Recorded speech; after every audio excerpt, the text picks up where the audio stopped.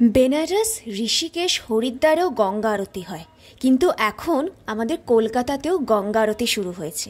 আর সেই গঙ্গা আরতি দেখার জন্যে আজকে আমি আর মা মিলে রওনা দিলাম বাবুঘাটের, যেখানে বিসর্জন হয় সেই ঘাটে।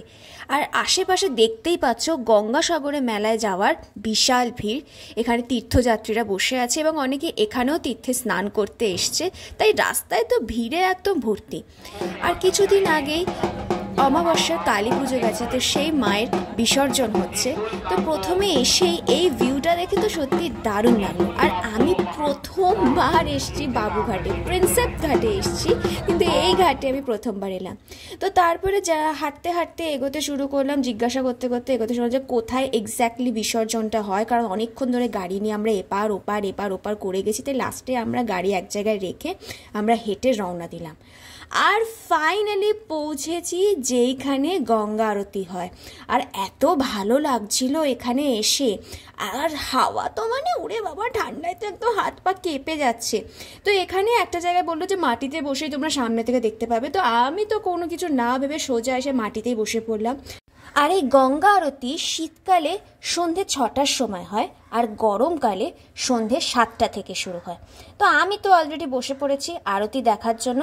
আর বেশি কথা না বলে এবার আমি চুপচাপ আরতি দেখতে চাই। অলরেডি দেখতেই পাচ্ছি পুরোহিতরা একে একে করে আসছে। এখানে গঙ্গা আরতি অলরেডি শুরু হয়ে গেছে, প্রথমে একটা মন্ত্র পড়ছে।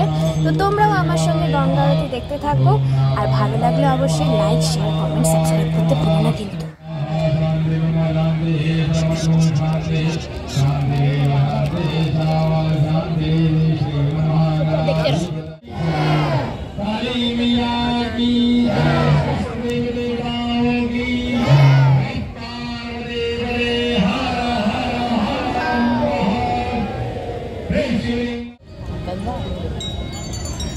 हाँ हाँ हाँ, एकदम हम लोग बैठे हुए हैं।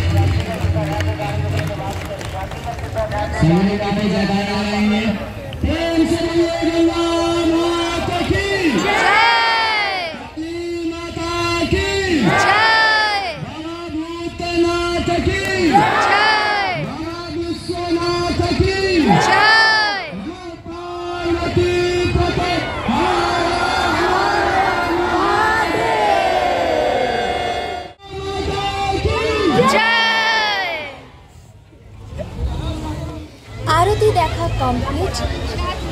দারুণ লাগলো, মন একেবারে খুশি খুশি হয়ে গেছে। তো বাবুঘাটে এসে আমি তো খুব খুশি। এখনও পর্যন্ত যারা গঙ্গা আরতি দেখেনি বাবুঘাটে এসে, আমি তো বলবো সবাই প্লিজ দেখে যাও, দারুণ।